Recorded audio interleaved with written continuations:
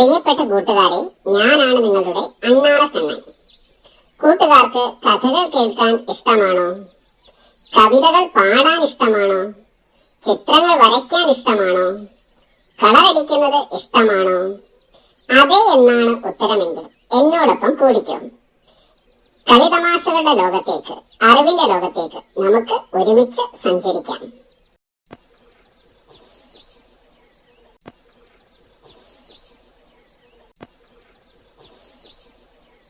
കൂടാതെ നമുക്കൊരുമിച്ച് അക്ഷരങ്ങൾ പഠിക്കാം, വാക്കുകൾ പഠിക്കാം, യാത്രകൾ പോകാം, റൈഡുകളിലും ഗെയിമുകളിലും പങ്കെടുക്കാം.